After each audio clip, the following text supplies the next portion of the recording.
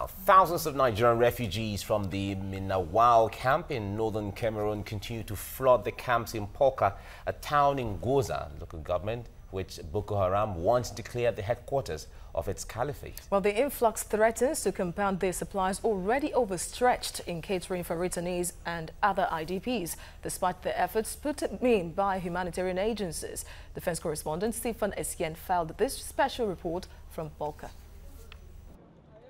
Polka is 109 kilometers south of the Borno state capital, Maiduguri. The road is unsafe, leading to the town, which is one of several in the Goza local council area where Boko Haram once declared as the headquarters of its caliphate.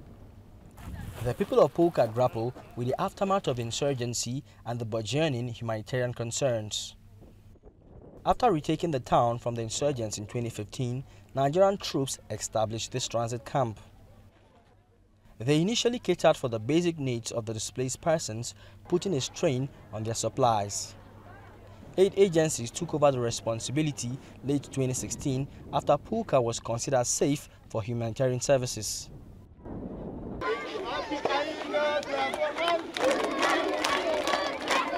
From 1 to 3 and now 5, the holding camps continue to increase as more people return to the area. According to the UN Office for the Coordination of Humanitarian Services, more than 12,000 persons returned to Polka between April and May alone. And even now, the number continues to increase. Since April, 12,000 Nigerian refugees in Cameroon has returned to Nigeria, hoping to go back to their normal life as it used to be. But we have been very clear, and I think the Nigerian government has also been very clear to say to these communities that have returned, or for those that are considering to return, that the time is not there yet. This started out as a primary school, but later became a holding camp, and most of those who live here returned from Cameroon.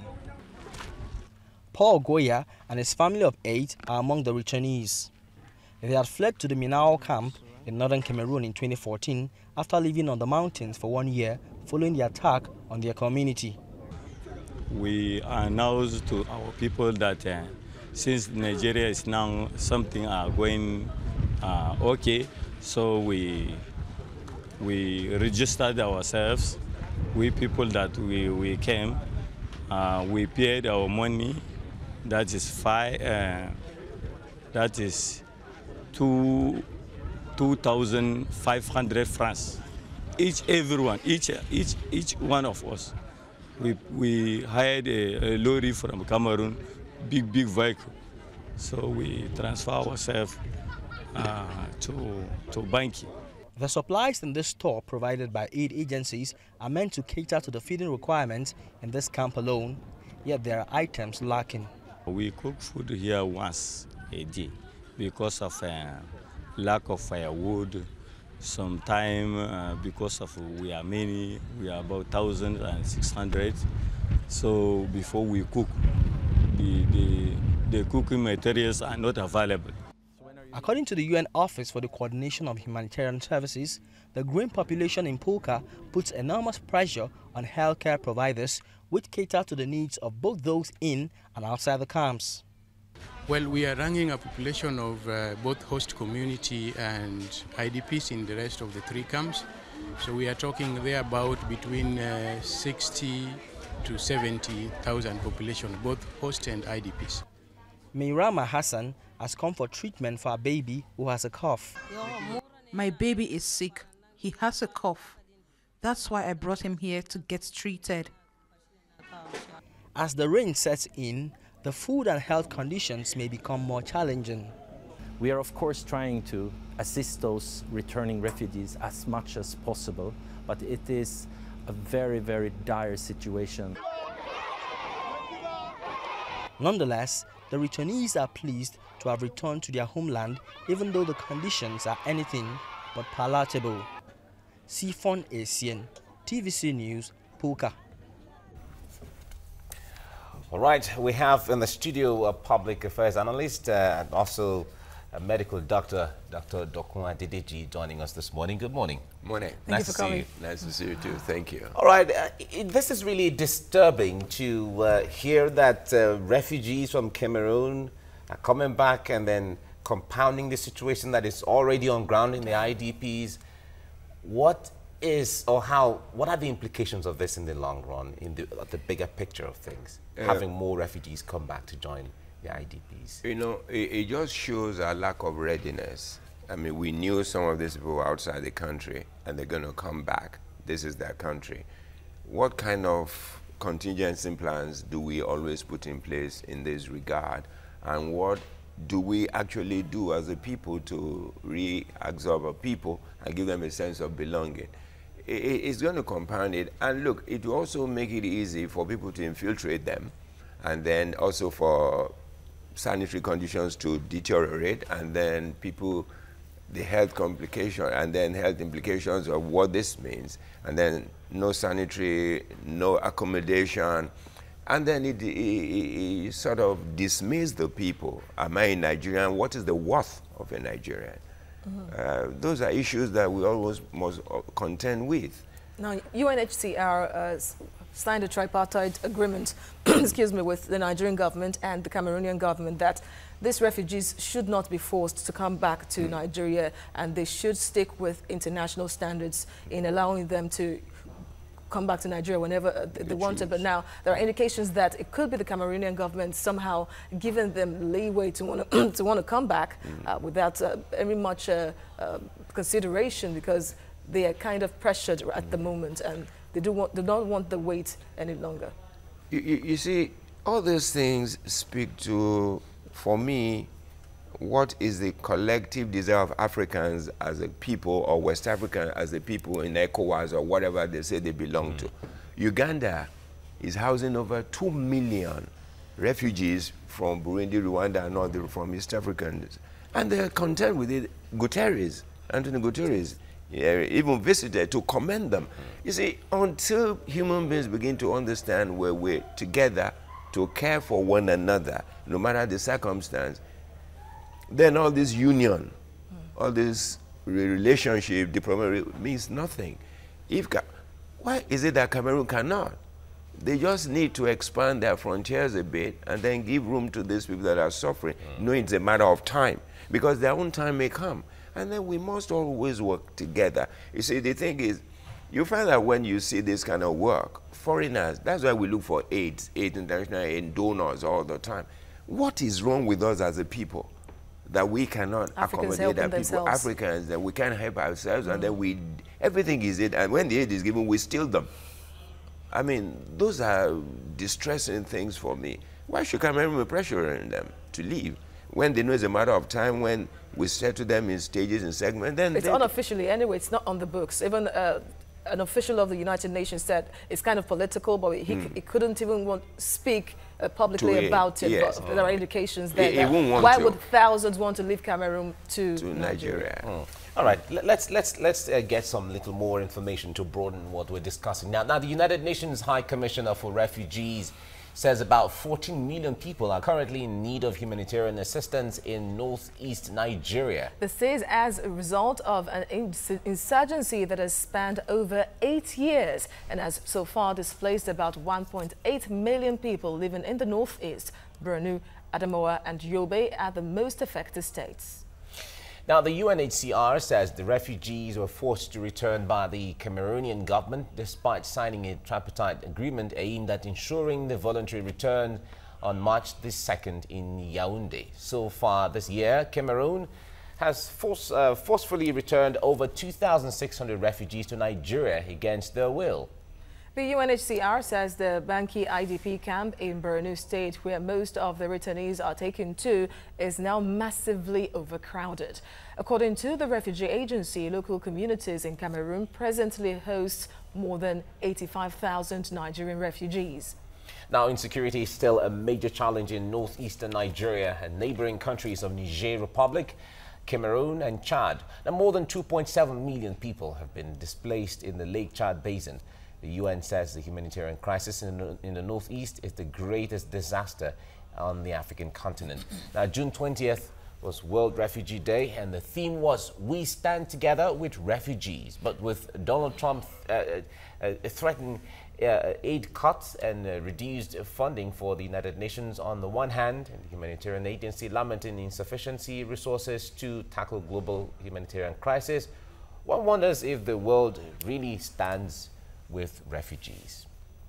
A lot is involved there, really, and of course that's the question. I stand with refugees is the theme for this year, but truly, how has the world helped refugees, especially to transit to a better place, exactly, to adapt to the new situation they found themselves now? All right, Dr. Doko, let me come to you on this. The issue there is with these numbers, 2-point-something million, 14 million. This is really alarming, but one would say this figure sometimes, I don't know how they are arrived at, but that is not to say they're disputable, but sometimes these figures come from, they don't tally. When one agency said this is the number, and the other agency said no, this is the number, and all of that. Why do we have that situation? It's just also the way we consider these things and the agencies that are in charge. You know, sometimes you can underestimate so that you don't give an impression that it's huge.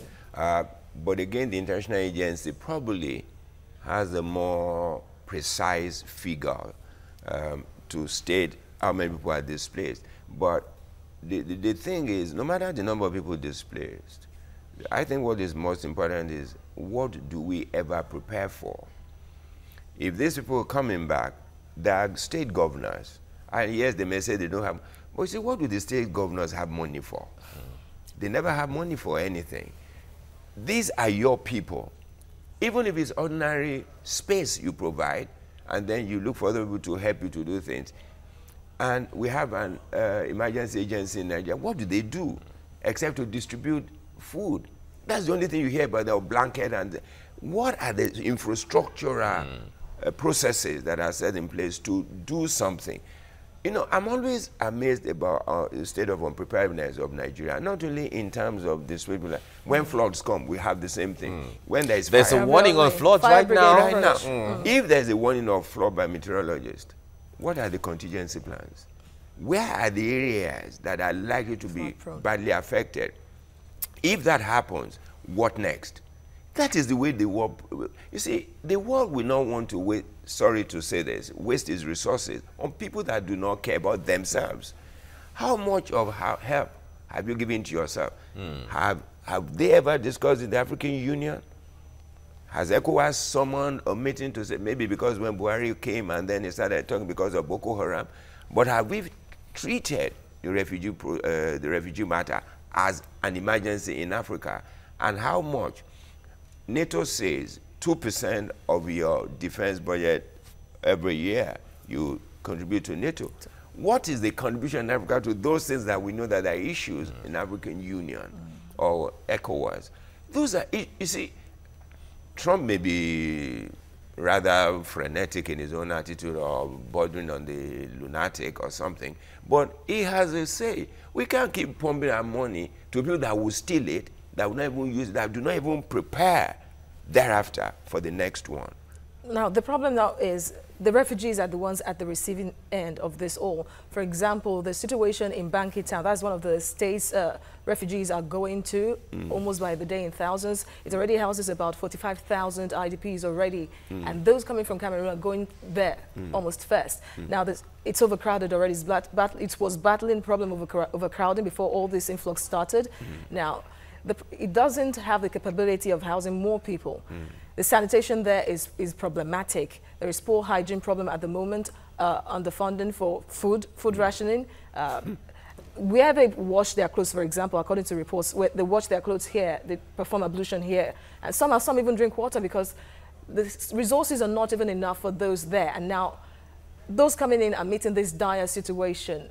Could we be looking at a health problem at our hands pretty soon? Because hepatitis E was diagnosed some months back in some of them. You know, when things like this happen, all manner of other things will happen. Sanitary, and then it leads to health, because when people pass feces or everything, the bathroom, they say they use the same water. Of course, you do it in a congested place. Just imagine if 5 people should have something like hepatitis, you say, or maybe meningitis, then we're going to have an epidemic. Before you know what is happening, it crosses over to... these things, you know, when we discuss them, it grieves my heart. Banki, we know where Banki is. We know other areas close by. We know where we can be moving these people to. We know we can say schools that are not in session, we can use these schools. They already have facilities, and then we then begin to spread them across the states that are affected and then away from the central point. That is how planning is done. It's not there to be getting blanket or to be getting water. That's not planning. That is just an emergency situation. When you can deal with emergency and then you begin to de-emergency, if I can use that kind of English. And then you begin to, that's the way. I don't see too much of planning in this country along. I mean, that's why the government, we had lately that dates were given to us by Saudi Arabia. And suddenly it disappeared. We began to find them in the markets. Do we care about one another in this country? Do we? And until we have relationship with ourselves, not in terms of coming to us to eat rice, but to know that you're a human being. What concerns you concerns me. Because someday I'm going to fall into that kind of and then somebody will be there to help. All right. So in this case, from the report that Cameroon forced these people to leave without their against their own will, has Cameroon violated any international protocol in that regard? Obviously. Okay. I mean, because in times of emergency, we expect, they said signed a tripartite agreement that let's do this before this. That is a violation, even of human protocol. I mean, you just move people, you know they're in a desperate situation, and there's desperate situation. Why are you forcing them away? And is Cameroon saying they cannot manage just 2,600 that they've sent away? Obviously not.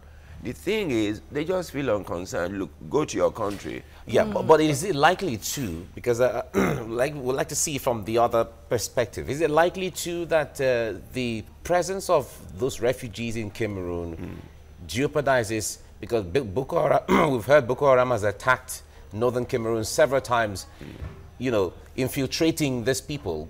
Could that have been a reason why Cameroon would do that? If they say that is a reason, then they're wrong. You know what I'm saying? There's part of the responsibility as hosting is to cater to their security. The security of those people is the security of Cameroon. So they must know that they need to do something to protect them. Jordan hosts a lot of Syrian refugees. Uganda does the same. They know that since they are in your territory... Kenya does the same. Kenya does the same. Since they're in your territory, they become your responsibility. But then the official statement anyway is that these people are coming back to Nigeria out of their own volition. Some are saying that they want to come and plant new farm crops and start a new life, that it's better for them to be in their own country at this time around. Whether you believe it or not, well, that's the official statement. But yeah, I mean, there are official statements, and then there are other unofficial statements. But you see, the important thing is, in times of need, you should stand with one another. Look at what happened in Manchester, the bombing and everything. Arena. Imagine what people did. Look at what happened in Grenfell Tower. Indeed. Imagine what people did. That is what you call accommodation, human accommodation, and empathy. Absolutely. But if we cannot begin to do that amongst us, they want to go and plan. Where does he want to plan? If Cameroon gives that kind of excuse, then you know that it's superfluous. People who are under emergency condition want to go and plan where? So those are not enough good reasons. I think Africa needs to wake up.